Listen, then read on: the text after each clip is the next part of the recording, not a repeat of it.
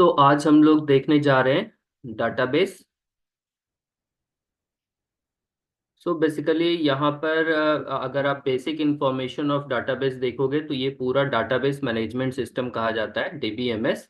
मैं पूरे डिटेल में डीबीएमएस को तो नहीं ले जाऊंगा, क्योंकि ये आपका अलग से पूरा पेपर हो सकता है। और आई थिंक कि आपके सेमेस्टर में ये पेपर होगा भी, तो वहाँ आप डिटेल में पढ़ोगे। मैं यहाँ पर सिर्फ आपको उतना ही कंसेप्ट बताऊंगा जो कि एक सॉफ्टवेयर डेवलप करने के लिए या फिर एक वेबसाइट को बनाने के लिए जो हम लोग यूज करते हैं, यानी मिनिमम एसक्यूएल, जो कि हम किसी भी छोटे वेबसाइट को डेवलप करने के लिए जो एसक्यूएल यूज होते हैं उसको हम लोग यहाँ पे कंसेप्ट के रूप में पढ़ेंगे। तो बेसिकली डाटाबेस के कंसेप्ट में ना, DBMS that stand for database management system, ये पूरा कंसेप्ट है। तो how to manage data, database management यहाँ पे आता है और इसको डाटाबेस मैनेजमेंट सिस्टम बोलते हैं। तो how to manage your data, तो यहाँ पे डाटा चूंकि एक बहुत ही इंपॉर्टेंट रोल प्ले करता है किसी भी सॉफ्टवेयर के लिए। तो अगर मेरा डाटा बहुत अच्छे से मेंटेन किया हुआ है, तो डेफिनेटली आपका जो भी सॉफ्टवेयर है वो एक वेबसाइट भी हो सकता है, या आप देख रहे होगे आसपास आपके जितने सारे सॉफ्टवेयर्स आप यूज करते हो, जैसे बैंकिंग सॉफ्टवेयर है, आपका एग्जामिनेशन सॉफ्टवेयर है, या फिर पेमेंट सॉफ्टवेयर है। तो इसमें सारा कुछ क्या है कि डाटा पे ही पूरा सिस्टम टिका हुआ है। अगर डाटा आप ऑर्गेनाइज वे में रखोगे तभी आपका सिस्टम सही से काम करेगा, अदरवाइज सारा मैसअप हो जाएगा। तो यहाँ पे डाटाबेस का एक इम्पॉर्टेंट रोल होता है, और डेफिनेटली इसका पूरा अलग से कंसेप्ट समझा जाता है कि किस तरीके से हम डाटा को मैनेज करते हैं। बस डाटा को मैनेज करने के लिए यहाँ पर जो बेसिक कंसेप्ट है, जो कि थ्योरेटिकल नहीं प्रैक्टिकल कंसेप्ट है। थ्योरेटिकल कंसेप्ट में यहाँ पे बहुत सारा कुछ कंसेप्ट है, क्योंकि यहाँ फाइल लेवल है और डिफरेंट डिफरेंट आर्किटेक्चर है, व्यू है, जिसको आपको समझना होता है। तो ये सारी जानकारी आपको डिटेल कंसेप्ट, आपको theoretical concept database management system में पढ़ना है। But how to manage data, तो मैनेज करने के लिए मेरे पास क्या है ना, कि अगर हम डाटा को ऑर्गेनाइज वे में स्टोर करना चाहते हैं और ऑर्गेनाइज वे में रिट्रीव करना चाहते हैं, तो यहाँ पर जो लैंग्वेज यूज होता है दैट इज एसक्यूएल। और अगर इसका हायर वर्जन पढ़ेंगे तो PL SQL. SQL stand for structure query language, structure query language. और पीएल एसक्यूएल में होता है प्रोग्रामिंग लैंग्वेज एसक्यूएल, जो कि स्ट्रक्चर क्वेरी लैंग्वेज में आ जाएगा। तो यहाँ पे आप डाटा स्टोर करने के साथ साथ डाटा को कैसे स्टोर करते हैं और डाटा को कैसे रिट्रीव करते हैं, ये जानना जरूरी होगा। तो डाटा बेसिकली स्टोर करने के लिए हम लोग क्या करते हैं, एक डाटाबेस जनरेट करते हैं। डाटाबेस जनरेट करने के लिए आपके पास अगर command that is SQL command को यूज करते हैं, तो वहां पे हम लोग अगर कमांड के साथ लिखते हैं तो क्रिएट डाटाबेस लिख सकते हैं, क्रिएट डाटाबेस। और फिर यहाँ पर लिखते हैं डाटाबेस का नाम। तो सपोज मेरे को डाटाबेस क्रिएट करना है, एक डाटाबेस क्रिएट करने के लिए हम ये कमांड लिखते हैं। और एक डाटाबेस क्रिएट करने के लिए जो भी आप यूनिक नेम रख सकते हो डाटाबेस का, वो रखते हैं। तो यहाँ पे जो सिंटेक्स है वो क्रिएट डाटाबेस और फॉलोड बाय डाटाबेस नेम होता है। तो बहुत सारा ऐसा डीबीएमएस टूल्स है जो कि फ्रंट एंड इन्वायरमेंट के साथ आता है।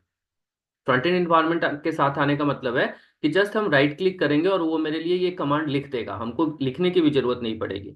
तो बहुत सारे ऐसे डीबीएमएस पैकेजेस हैं, या आरडीबीएमएस पैकेजेस हैं जिसका कि नाम आपने सुना होगा, और उसके साथ हम एसक्यूएल और पीएल एसक्यूएल के साथ हम काम करते हैं।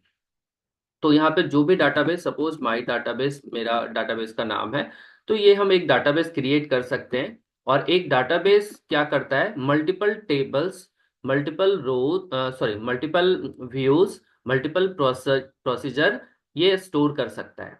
मतलब डाटाबेस एक होगा, जस्ट लाइक कि हम इस तरह से समझ सकते हैं कि अगर हम एक अपार्टमेंट बनाते हैं तो अपार्टमेंट का नाम एक होता है, फिर उसके अंदर मल्टीपल फ्लोर्स होते हैं, और फिर हर फ्लोर्स पे मल्टीपल फ्लैट होते हैं, और हर फ्लैट में मल्टीपल रूम्स होते हैं। तो इस तरह का ही कुछ कंसेप्ट है, एकदम हायरार्किकल कंसेप्ट है। तो एक डाटाबेस बनाएंगे जो कि बाकी छोटे छोटे जितने भी ब्लॉक्स हैं उसको स्टोर कर सके। तो जो सेकेंड है उसको बोलते हैं टेबल। तो फर्स्ट टास्क मेरा होता है डाटाबेस क्रिएट करना, और एक डाटाबेस मल्टीपल टेबल्स को क्रिएट कंटेन कर सकता है। तो एक टेबल एक तरह से बोलो collections of similar type of datas होगा। जैसे हम लोग क्लास के बारे में डिफिनेशंस पढ़े थे कि collection of similar type of entities होते हैं, उसी तरह से यहाँ पे भी सिमिलर टाइप ऑफ डाटा जो कि एक तरीके के डाटा होंगे या एक जैसे डाटा होंगे, उसको हम टेबल वाइज स्टोर करेंगे और छोटे छोटे टुकड़ों में स्टोर करेंगे, ताकि जो डाटा है वो नॉर्मलाइज होगा। एक यहाँ पे नॉर्मलाइज कंसेप्ट मिलेगा, जो कि नॉर्मलाइज डाटा को हम लोग को रखना होता है। नॉर्मलाइजेशन का सबसे पहला रूल यही है कि हम रिडंडेंट डाटा नहीं रखते हैं। रिडंडेंट डाटा का मतलब है कि एक ही तरीके का डाटा हम मल्टीपल टाइम स्टोर नहीं करेंगे। उसके लिए क्या करेंगे, उसके लिए हम एक लॉजिक खोजेंगे जिससे कि वो रिडंडेंट डाटा जो है या फिर जो डुप्लीकेट डाटा है उसको स्टोर करने का एक तरीका मिल जाए, ताकि वो दोबारा दोबारा एक ही इंफॉर्मेशन को स्टोर करने की जरूरत ना पड़े। तो हम मल्टीपल टेबल्स यहाँ पे क्रिएट कर सकते हैं और टेबल्स के बीच में रिलेशंस बना सकते हैं। तो टेबल आप बनाते जाइए। सपोज मुझे अगर काम करना है, और मुझे सपोज एक स्टूडेंट के रिस्पेक्ट में काम करना है, या फिर एक एम्प्लॉय के रिस्पेक्ट में काम करना है, किसी स्कूल के अगर स्कूल का सॉफ्टवेयर बना रहे हैं तो स्टूडेंट के रिस्पेक्ट में काम करेंगे। अगर किसी कंपनी का सॉफ्टवेयर बना रहे हैं तो एम्प्लॉय से रिलेटेड बहुत सारे डाटा होंगे। तो सपोज हम किसी कंपनी के एम्प्लॉय मैनेजमेंट पे काम कर रहे हैं, तो एम्प्लॉय मैनेजमेंट के लिए हम मेरा यहाँ पे जो डाटाबेस हो सकता है वो मेरा कंपनी का नाम हो सकता है, या फिर जो भी एक तरीके का हम यूनिक नेम रख लेंगे। एंड उसके अंदर फिर जो टेबल क्रिएट करेंगे लाइक दैट, कि पहला टेबल हम क्रिएट कर रहे हैं सपोज एम्प्लॉय टेबल। तो एम्प्लॉय टेबल में क्या डाटा रख सकते हैं? एम्प्लॉय टेबल में जो डाटा स्टोर होगा, क्योंकि जो डाटा यहाँ पे स्टोर होता है वो रोज एंड कॉलम्स के फॉर्म में होगा। मतलब मल्टीपल कॉलम्स हम रख सकते हैं एक टेबल के अंदर। तो ये हायरार्की देखिए बनता जा रहा है। One database can contain multiple tables, and one table can contains multiple columns and n number of rows. तो मल्टीपल कॉलम्स करने का मतलब है कि कौन कौन सा ऐसा कॉलम डिवाइड हम जस्ट एसोसिएट करेंगे कि जिससे कि मेरा एक एम्प्लॉय का पूरा इंफॉर्मेशन, या एक तरह से बोले एक एम्प्लॉय का जो प्रोफाइल है उस प्रोफाइल से रिलेटेड जो इंफॉर्मेशन है वो हम यहाँ पे स्टोर कर पाए। तो सबसे पहला इंफॉर्मेशन एम्प्लॉय आईडी होगा, बिकॉज एक तरह से यूनिक आइडेंटिफायर हमको यहाँ पर रखना चाहिए। क्योंकि यूनिक आइडेंटिफायर इसलिए रखना चाहिए क्योंकि इसमें जो बाकी के डाटा हैं वो मेरा डुप्लीकेट हो सकता है। क्योंकि बहुत सारे ऐसे, अभी आप इसी बैच में देखो, अगर जिस बैच में हम लोग पढ़ रहे हैं इस बैच में एक नाम के दो स्टूडेंट हो सकते हैं। तो दो स्टूडेंट को हम एक नाम से डाटाबेस में स्टोर करेंगे, और जब हमको रिट्रीव करना होगा डाटा तो हम नाम से रिट्रीव तो नहीं कर पाएंगे कि भाई, अगर सपोज करो कि मुझे एक पर्टिकुलर स्टूडेंट का डाटा चाहिए, तो जैसे ही उस नाम को मैं डालूंगा, अगर उस नाम से दो स्टूडेंट हैं तो दोनों स्टूडेंट का लिस्ट आ जाएगा मेरे पास, जबकि मुझे तो चाहिए था एक ही स्टूडेंट, एक पर्टिकुलर स्टूडेंट। तो उसके लिए क्या होगा कि मुझे उस स्टूडेंट को, जैसे आपको भी मिला होगा आपका फॉर्म आईडी, आपका एग्जामिनेशन रोल नंबर, ये सब आपका यूनिक आइडेंटिफायर है। मतलब अगर मुझे आपको खोजना है तो मैं नाम के जगह पर आपको एग्जाम रोल नंबर से खोजूं या फिर फॉर्म आईडी से खोजूं, तो मुझे एक रिलेवेंट डाटा मिलेगा। अगर नाम से खोजूंगा तो maybe mixup of data आएगा जो कि मेरे लिए इरिलेवेंट हो सकते हैं। तो मुझे एग्जैक्ट डाटा के लिए मुझे एक आइडेंटिफायर चाहिए होगा। आइडेंटिफायर मतलब एक यूनिक आइडेंटिटी चाहिए होगा। यूनिक आइडेंटिटी हमको कैसे मिलेगा? तो इस तरह से हमको सोचना पड़ेगा या फिर लॉजिकली डेवलप करना पड़ेगा कि अगर हम इस टेबल क्रिएट कर रहे हैं तो कौन सा ऐसा एक कॉलम होगा या फील्ड होगा जिस फील्ड को हम यूनिकली आइडेंटिफायर के रूप में यूज कर पाए, ताकि अगर हम किसी समय पे उस डाटा को रिट्रीव करना चाहें एक एम्प्लॉय से रिलेटेड, तो हम इजीली उसके यूनिक आइडेंटिफायर से बेस्ट मैच डाटा रिट्रीव कर पाए। तो डेफिनेटली यहाँ पे ईएमपी आईडी मेरा एक फील्ड होना चाहिए, जो कि एक एम्प्लॉय को यूनिकली आइडेंटिफाई कर सकता है। तो यूनिकली आइडेंटिफाई करने का मतलब है कि ये डाटा कभी भी डुप्लीकेट नहीं होगा, मतलब एम्प्लॉय आईडी कभी भी डुप्लीकेट एंट्री नहीं होना चाहिए। तो डुप्लीकेट एंट्री नहीं होने के लिए मुझे क्या करना पड़ता है, यहाँ पे डाटाबेस में कंसेप्ट है कि उसे आप प्राइमरी की बना लीजिए। प्राइमरी सॉरी, प्राइमरी की बनाने का मतलब है कि प्राइमरी की का जो कंसेप्ट है या प्राइमरी की का जो रूल है, वो रूल आपको इन्फोर्स करना होगा कि भाई एम्प्लॉय आईडी मेरा डुप्लीकेट ना हो। तो एम्प्लॉय आईडी डुप्लीकेट ना करने के लिए मुझे इसको प्राइमरी की बनाना पड़ेगा।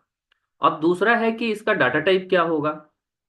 तो डाटा टाइप आप डेफिनेटली एम्प्लॉय आईडी है तो नंबर भी रख सकते हैं, या फिर अगर alphanumeric combination employ ID के रूप में दे रहे हैं आप, तो फिर स्ट्रिंग रख सकते हैं, या फिर यहाँ पर स्ट्रिंग नहीं करके यहाँ पे varchar डाटा टाइप सपोर्ट करता है। तो एएमपी आईडी जो है वो आप अगर एमपी आईडी अगर हम एक वैल्यू स्टोर करना चाहते हैं, तो जिस भी टाइप से आप स्टोर करना चाहते हैं, जस्ट लाइक प्रोग्रामिंग लैंग्वेज, क्योंकि ये भी एक लैंग्वेज ही है। सिर्फ ये इस लैंग्वेज में अंतर यही है कि ये आपको डाटा के रिस्पेक्ट में काम करता है। तो यहाँ पे भी आपको क्या मिला हुआ है, नंबर मिला हुआ है। ये नंबर डाटा टाइप करने का मतलब कि आप न्यूमरिक फॉर्मेट में डाटा को स्टोर कर सकते हैं, और नंबर का आप रेंज दे सकते हैं कि भाई आप कितना रेंज में डाटा को स्टोर करना चाहते हैं। ठीक है, इस तरह से लिखते हैं यहाँ पे। जबकि अभी मैंने कुछ क्लास पहले जब सी शार्प पढ़ाया था, तो हम लोग क्या कर रहे थे, वेरिएबल नेम और डाटा टाइप डिक्लेयर कर रहे थे। इन द सेम सिचुएशन है, बस यहाँ पे अंतर ये हो रहा है कि अब ये जो काम है ये डाटाबेस के रिस्पेक्ट में हो रहा है। तो डाटाबेस के रिस्पेक्ट में मुझे करना है, तो डाटाबेस वाला जो तरीका दिया हुआ है वो तरीके से हम लोग काम करेंगे। तो यहाँ पे फर्स्ट जो ईएमपी आईडी मैंने रखा is just like a variable, and second जो मैंने नाम लिखा स्पेस के बाद number, that is just like a data type, like a not, it's a data type, it's data type of database. तो यहाँ पे इंटीजर भी मिलेगा, नंबर भी मिलेगा, फ्लोट भी मिलेगा, और भी डिफरेंट डाटाबेस में डिफरेंट तरीके से ये सपोर्ट होता है। जैसे डिफरेंट कंपाइलर आपको डिफरेंट तरीके से डाटा टाइप देता है, उसी तरह से यहाँ पे भी आपको डिफरेंट तरीके से डाटा टाइप मिलेगा। और अगर इसको हमको प्राइमरी की बनाना है, तो हम यहाँ सामने में लिख देंगे प्राइमरी की। तो ये क्या करेगा, फिर कॉमा डाल के हम लोग बनाते चले जाते हैं। तो जितना भी कॉलम बनाना है, इस तरह से हम कॉलम को डिफाइन करते हैं। तो ये एक कॉलम डिफाइन हुआ, जो कि मैंने इस कॉलम को यूनिक आइडेंटिफायर के रूप में इस्टेब्लिश किया, मतलब डिफाइन किया। तो ये एक कॉलम बना। इसी तरह से अब दूसरा कॉलम के लिए मुझे फील्ड लेना है, तो ईएमपी नेम लाइक दैट। और ईएमपी नेम चूंकि स्ट्रिंग फॉर्मेट में ही जनरली रहता है, तो यहाँ पे जो डाटा टाइप है दैट इज varchar। और फिर इसका रेंज दीजिए, इसका रेंज आप 100 दे सकते हो, क्योंकि इससे ज़्यादा बड़ा तो नहीं लेता है। और इसके बाद एक और इसके साथ इंफॉर्मेशन होता है, चूंकि फर्स्ट वाले फील्ड के साथ मैंने क्या किया है, ईएमपी आईडी नंबर प्राइमरी की। तो जब मैंने इस फील्ड को प्राइमरी की डिक्लेयर करा ना, तो ये नल वैल्यू नहीं लेगा। मतलब आपको कुछ ना कुछ एक यूनिक वैल्यू देना पड़ेगा। यूनिक वैल्यू देने का मतलब है कि आप कुछ ना कुछ एक ऐसा वैल्यू इसको दो जो यूनिक वैल्यू हो, लेकिन देना पड़ेगा आपको। बट ईएमपी नेम में अभी जिस हिसाब से हम लोगों ने लिखा है, तो ये इस फील्ड में हम वैल्यू देना चाहते हैं या नहीं देना चाहते हैं, ये दोनों तरीके से यहाँ काम कर सकता है। अगर हम वैल्यू देना चाहते हैं तो इसको लिखेंगे नॉट नल, और अगर वैल्यू नहीं देना चाहते हैं तो इसको लिखेंगे नल, मतलब नलेबल फील्ड हो सकता है। तो आप जिस भी फील्ड को नॉट नल करना चाहते हैं, मतलब वैल्यू देना बहुत जरूरी है, तो आप वहां नॉट नल लिखोगे, मतलब नॉट नल इस तरह से लिखा जाता है। ये कीवर्ड्स है। मतलब ईएमपी नेम आपको देना ही देना है, अदरवाइज ये जब हम डाटा को सेव करेंगे तो ये सेव नहीं करने देगा, बोलेगा कि EMP name must be given. इस तरह से आपको इन्फॉर्मेशन देगा। क्यों? क्योंकि इसको मैंने नॉट नल कर रखा है, मतलब नल वैल्यू एक्सेप्ट नहीं करेगा। और अगर किसी फील्ड में चाहते हैं कि डाटा दे ना दे कोई फर्क नहीं पड़ता है, तो उसको हम नलेबल फील्ड लेके चलते हैं। तो इस तरह से ईएमपी नेम हो गया। आप सपोज ईएमपी ईएमपी एड्रेस, इसको भी वैर कर लेते हैं। वैर में एड्रेस 200, और ये एड्रेस आप नल रख सकते हो अगर देना है तो ठीक है, नहीं तो बाद में भी अपडेट कर सकते हैं, क्योंकि अपडेट भी मुझे बताना है तो इसके लिए मुझे ऐसा भी फील्ड रखना होगा। एंड देन ईएमपी एड्रेस के बाद हम लिख सकते हैं ईएमपी मोबाइल, ईएमपी मॉब, और इसमें हम अगेन नंबर रख सकते हैं और एग्जैक्टली 10 रख सकते हैं, क्योंकि मेरे को 10 से ज़्यादा का मोबाइल नंबर तो होता नहीं है। तो बेसिकली 10 रख सकते हैं इसका रेंज। और इसको हम नॉट नल कर सकते हैं, क्योंकि ये एक इम्पॉर्टेंट फील्ड है, इसको रखना चाहिए। फिर इस तरह से जितना भी आपको लगता है कि मुझे फील्ड लेना चाहिए, आप इस तरह से डिक्लेयर करते जाओ। कॉमा सेपरेटेड ये डिक्लेरेशन होता है, और फिर लास्ट में ब्रैकेट क्लोज हो जाता है। तो ये है एक तरीके से कि मैंने एक एम्प्लॉय टेबल का फील्ड आइडेंटिफाई किया, डाटा टाइप आइडेंटिफाई किया, उसको प्राइमरी की बनाना है नहीं बनाना है ये आपके ऊपर है। आप बनाइए। आपको बनाने से इस रो का आइडेंटिफायर मिलेगा, अगर नहीं बनाइएगा तो डुप्लीकेट वैल्यू आपका स्टोर हो सकता है। और जब डुप्लीकेट वैल्यू स्टोर हो सकता है, मतलब कि जब डाटा रिट्रीव करोगे तो आपको प्रॉब्लम होगा, एक्चुअल डाटा नहीं मिलेगा, वैक डाटा मिलेगा। तो वैक डाटा के साथ आप कुछ भी काम नहीं कर सकते, क्योंकि आज के समय में आप देख रहे हो कि डाटा का कितना इंपॉर्टेंस है। तो डाटा जितने अच्छे से रखोगे उतने ही अच्छे से आप उसको यूज कर पाओगे। तो अगर हमको ये टेबल क्रिएट करना है ना, तो इसके लिए सिंटेक्स क्या लिखेंगे? ये पूरा प्रॉपर सिंटेक्स नहीं था, अब देखो प्रॉपर सिंटेक्स मैं लिख रहा हूँ इसका। तो प्रॉपर सिंटेक्स लिखेंगे, क्रिएट टेबल, टेबल नेम मुझे एम्प्लॉय रखना है। ये मैंने जस्ट स्ट्रक्चर सोचा है, यहां से यहां तक ये स्ट्रक्चर है। अब मैं इसका प्रॉपर सिंटेक्स लिख रहा हूं। तो प्रॉपर सिंटेक्स ऐसे लिखाएगा, ये ब्रैकेट होगा, और इस ब्रैकेट के अंदर ये सारा हम काम करेंगे। तो लिखेंगे सेम।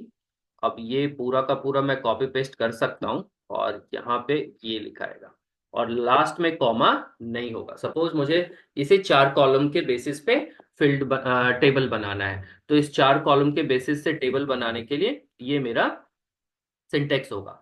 क्या लिखेंगे? क्रिएट टेबल, टेबल का नाम, तो जो भी टेबल का नाम आपका होता है वो आप यहाँ लिखोगे। और टेबल का नाम अगेन यूनिक होना चाहिए एक डाटाबेस में।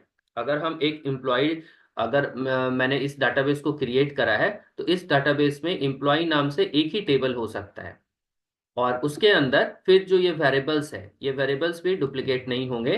तो ईएमपी आईडी मैंने एक बार डिक्लेयर कर दिया, तो इस टेबल में अब दोबारा ईएमपी आईडी डिक्लेयर नहीं हो सकता।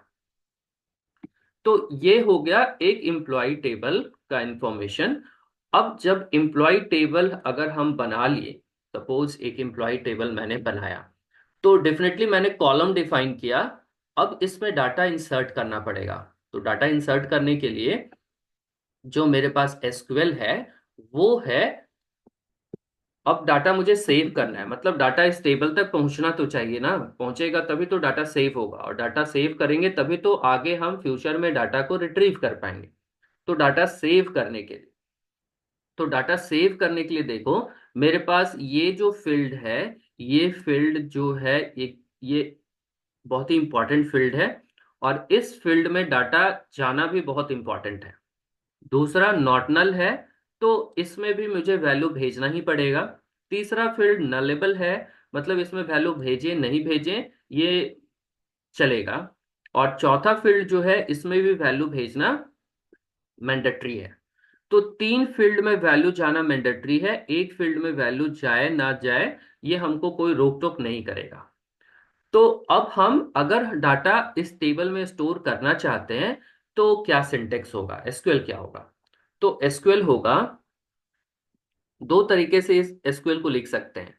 एक तरीका है कि हम ऑल फोर फील्ड में डाटा पहुंचाना चाहते हैं, और एक तरीका है कि हम तीन फील्ड में डाटा पहुंचाना चाहते हैं और एक फील्ड को हम नहीं पहुंचाना चाहते, मतलब एक फील्ड में हम डाटा स्टोर नहीं करना चाहते। तो दोनों ही तरीका से मैं बताता हूँ।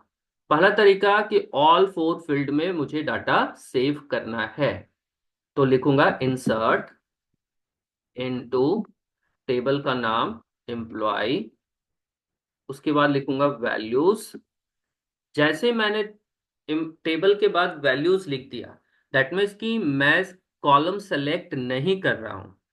कॉलम सेलेक्ट नहीं कर रहा हूं, दैट मीन्स कि जिस सीक्वेंस में टेबल में कॉलम क्रिएटेड है, उसी सीक्वेंस में मुझे डाटा यहां से भेजना है।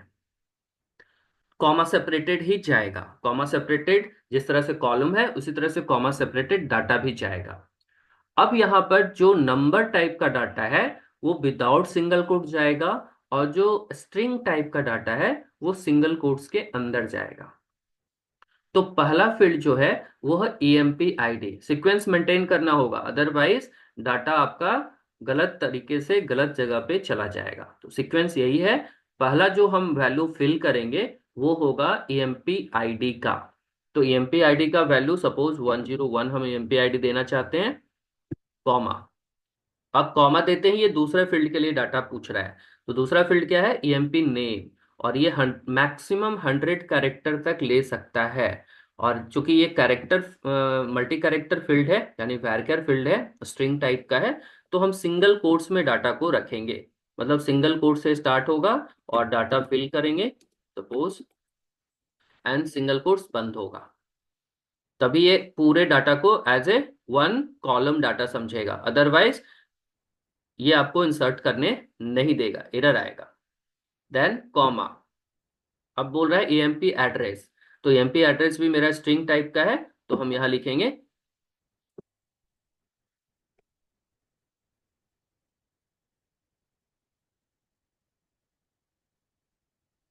Single quotes. तो सिंगल कोट्स के अंदर मैंने क्या लिखा, बेली रोड कॉमा पटना। तो यहाँ भी कॉमा आ रहा है, बट ये डाटा के अंदर कॉमा आ रहा है, डाटा को सेग्रीगेट नहीं कर रहा है, डाटा को सेपरेट नहीं कर रहा है, डाटा के अंदर आ रहा है, तो ये चलेगा। तो सिंगल कोट्स मेरा यहाँ से स्टार्ट हो रहा है और यहाँ पर खत्म हो रहा है, दैट मीन्स कि मेरे को ये पूरा वैल्यू एड्रेस फील्ड में ये स्टोर करेगा। Now next comma and last one, that is EMP mobile.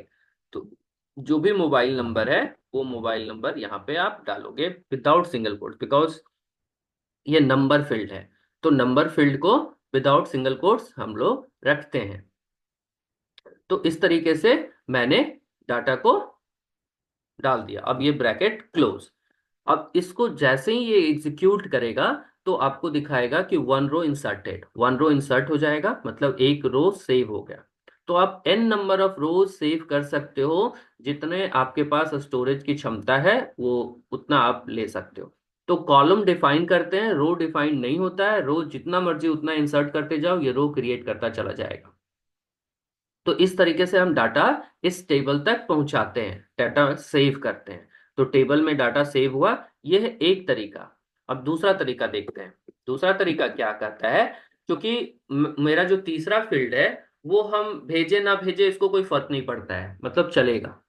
तो हम लिखेंगे इंसर्ट इनटू एम्प्लॉय, और इसके बाद अब हमको लिखना पड़ेगा फील्ड का नाम, EMP ID, EMP name,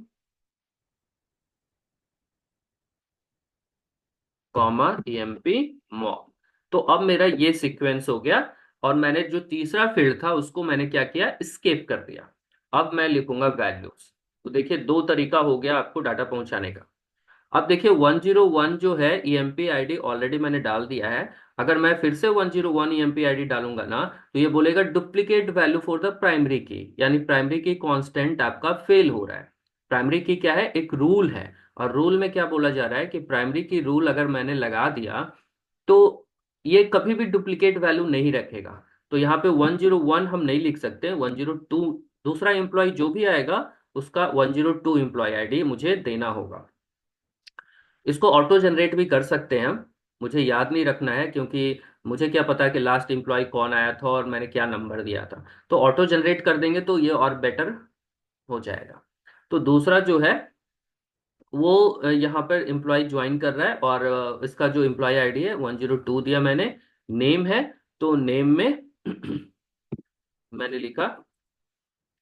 and तीसरा फील्ड मेरे लिए अब ईएमपी मोबाइल है, ना कि ईएमपी एड्रेस है, क्योंकि मैंने जो मेंशन किया है सीक्वेंस, ये दूसरा जो इंसर्ट है, इस इंसर्ट में मैंने सीक्वेंस मेंशन किया है, मैंने खुद मेंशन किया है।